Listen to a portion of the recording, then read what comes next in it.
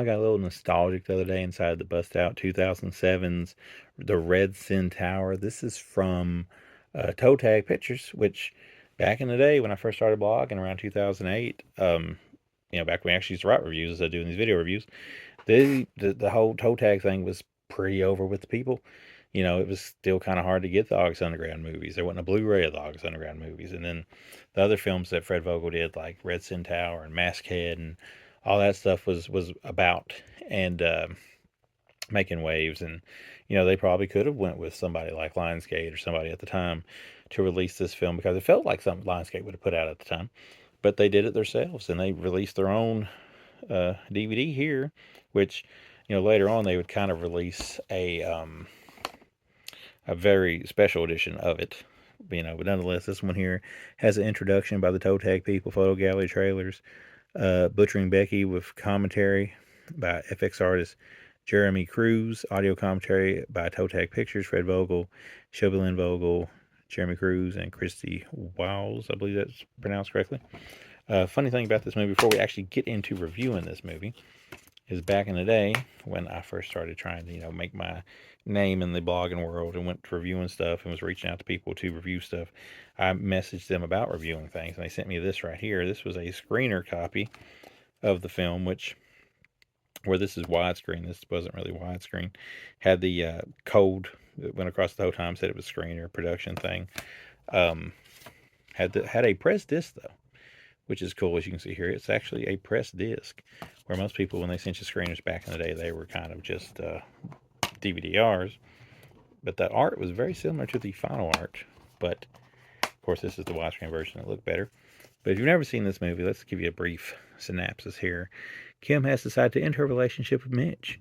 But for Mitch, life without Kim is not worth living. Mortified and enraged over the breakup, Mitch sets out to reclaim the love he desperately needs. Nothing, not even the fear of a local urban legend, will keep him from her.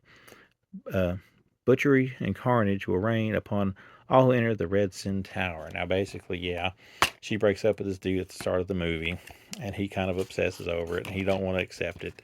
So he's kind of like trying to get her back, but her friends are encouraging her to just move on, get rid of him and whatnot. So they go and they're partying, but he calls the cops to break up the party. So they're like, well, let's go to this Redsin Tower where this bad stuff has happened previously. So before they do that or whatever, they kind of have kind of a showdown at the gas station where he runs in there and completely goes the wrong way about trying to handle the situation and, and kind of gets the shit bit out of him. So then they go and they're partying and whatnot, and then things just kind of go from there. Now, obviously, the plot of their breakup is kind of like what moves this movie along at the start of it. So if you don't like the characters you're seeing on screen, you might be a little bit bored. If you do find yourself actually enjoying the story, then it's going to be far more entertaining to you. But they get there, and slowly but surely, things start to happen, and then next thing you know, evil things start to happen. And of course, he gets there, and he's pretty crazy at this point himself. So you start to question who exactly is the bad people here.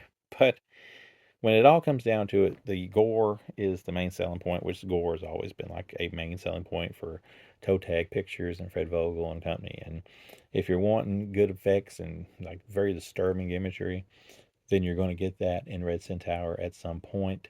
You just have to wait a little bit to get there. But it is, as far as plots and Toe Tag Pictures go, maybe more so complete in a story form than even August Underground is. I like this movie. I like all of their movies, but I give this one a 3 out of 5. Definitely gore heavy. I think the actresses. I kind of looked them up when I did, when I went back and watched this, and the female actresses are, actors I want to be called now, I guess. Didn't seem like they did too much more after this, which shocks me because I thought a lot of the people in this movie had potential to be good cult actors and whatnot, but I guess it just wasn't meant to be. But uh, other films have been putting out like a lot of toe tag stuff on. Well, they put out the August Underground movies on Blu-ray. I don't know why. Maybe in the future they can put out a Redsin Tower Blu-ray if that's the route they want to go. There was like a 3 disc, like I don't know, like a multi-disc set of this that come out on DVD at one time. I don't think they actually did a Blu-ray version, So that might be something worth visiting if you're Unearthed Films and you're watching this, or if you know somebody from that company. I've suggested stuff to them before, like Crossbear and stuff, but I don't know if we'll ever get to get to it. But nonetheless, Redsin Tower. If you like gore, if you like the old school, which at this point, good lord, it's been a long time. But if you like the classic old school underground horror film, this is definitely one you want to check out. So yeah, just good luck finding a copy. I don't know if they're out. I guess they're out of print, but I don't know if they're really like pricey. But you know, get you this. At least hold you over to. Maybe we can get a Blu-ray one day.